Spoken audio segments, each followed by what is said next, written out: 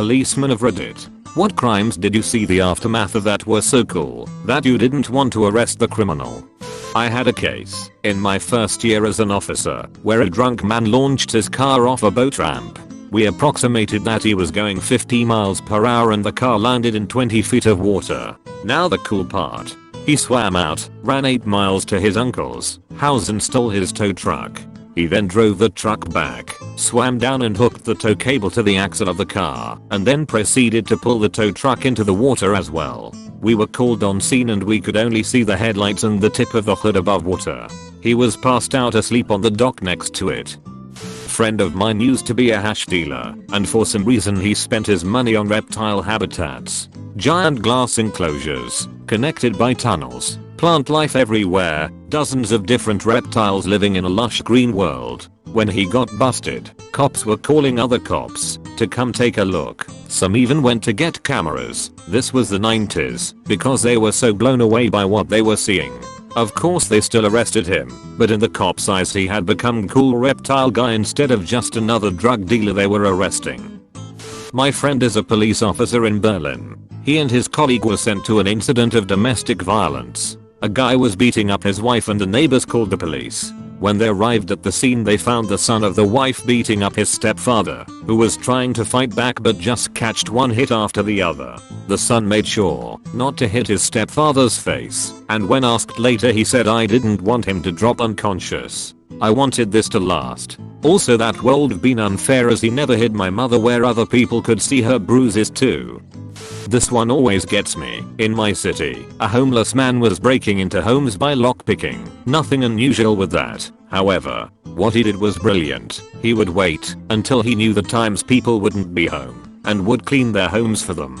He averaged a week or so per home going unnoticed. The first few homes he was never caught, but signs of a home invasion were reported to us. On the house he did get caught and he used the defense that he was cleaning a home that he was hired to clean and mistakenly got the house wrong and the door was left open. Armed with nothing but a cell phone he made fake email correspondence to back his claims from a client with a similar address. He was able to overall, unproven but speculated, stay for upwards of a month in homes. In court his defense was actually successful because the other cases he couldn't be linked to and was only prosecuted for the one. Then with his defense his lawyer only got him 14 days in jail.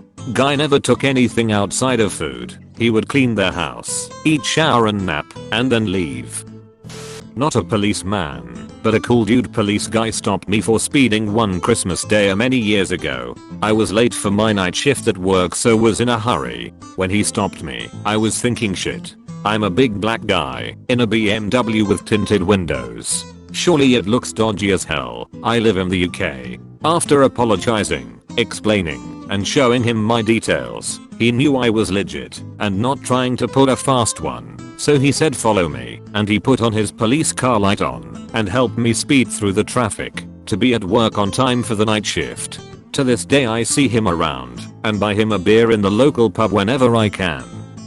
I have a female friend who's a bit different. One day, we are out on the balcony of my old apartment having a smoke when the police helicopter flies by. She flashes her boobs at the helicopter while waving and jumping up and down, and the pilots circled around for another pass.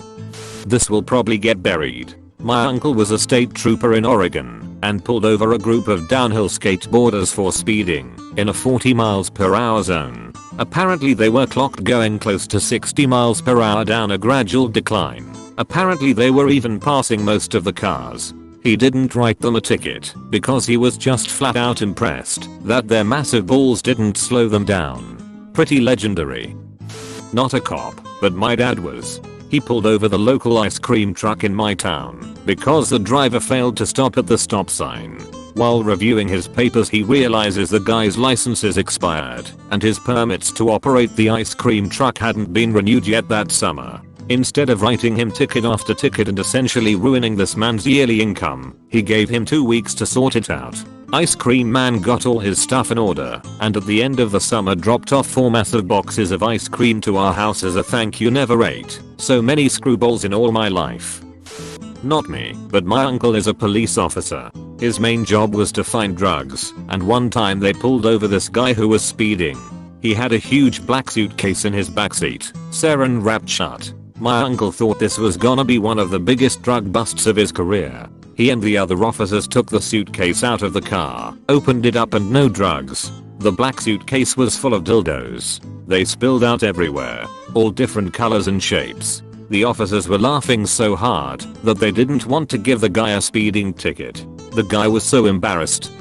I wouldn't say that this is cool. I arrested someone for battering his missus. Just before I tell him the magic words, he says, "I saw her with 3 other guys, man. What would you do?" I couldn't think of anything cool to say, but the way the guy looked at me, I felt so bad for the situation they were both in. It seemed she had issues with drugs and alcohol, and he walked in on her gangbang. Look up the story of the Barefoot Bandit. Basically a kid who lived in the woods and evaded the FBI for a good long time. He taught himself to fly planes that he stole through trial and error. Error equals crashing, and I think the FBI ultimately hired him after catching him in Florida, after getting there from his home in Washington state. Some of that might be wrong, but I recommend reading the full story. It's a great read. We used to have this campus police officer that would come chill at the picnic table with us while we smoked the electric lettuce. He said he loved the smell and enjoyed being around us while we were goofy. That and we weren't drunks destroying everything in our path like the rest of the students. Come to think of it, my college was liberal as hell. This was 12 years ago in Pennsylvania. Weed was essentially legal on my campus, but they really enforced underage drinking. I wanna hear from real cops though. Not a cop here, but I think this is worthy of posting here. I used to work for a high-end designer brand in a tourist area. The jeans were worth about $300 each. The store was on a first floor next door to another store, which was under vacant and renovation. One morning I came in to open the store, walk into the stock room, and right as I walk in I noticed there was a 4x4 foot hole in the wall. It took me a second to realize about half of the stock room was empty. By my calculations I would say at least 50 grand worth of jeans, shirts and accessories were stolen from that stock room. I have to give it to them. They knew exactly where to cut through the drywall without hitting any plumbing, gas or electrical wires. And they got in and out clean. I'm pretty sure they were never caught. For a while I had the feeling that it might have been an inside job. Anyway, that store closed down a few months later. Pretty much the craziest heist I've ever had the chance to witness, though I did see 2 guys steal some machinery by horse-drawn carriage in South America. Pretty sure they got away too, lol. Some kids rolled some giant snowballs and pushed them in front of a load of front doors in the early hours of the morning. Cue loads of calls in the morning from people who either couldn't open the door or couldn't push the snow out the way when it had iced up. Hats off, kids. Genius. That's hilarious. Until a fire breaks out.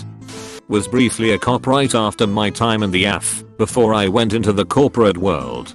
During my probationary period, my TRO and I got dispatched to a possible domestic violence situation. Multiple neighbors had called, saying they heard multiple voices, shouts, screams, and what sounded like someone getting beaten badly. We got to the door, loud music, repeated whacking noises, and what sounded like cheesy porn dialogue. Strange, but it confirmed the calls. When we pounded on the door, everything got quiet. There was a brief shuffling, and a young lady opened up wearing a sheer robe, marks clearly in her arms and torso. Bingo. My TRO kind of pushes in the door and we hear come in and close the damn door. We don't want nobody watching. In the living room, 8 or 9 men and women in various states of undress, and 4 or 5 others clothed. Props, flails, other leather goods in abundance. A fat guy in a gym mask, up on a X-frame.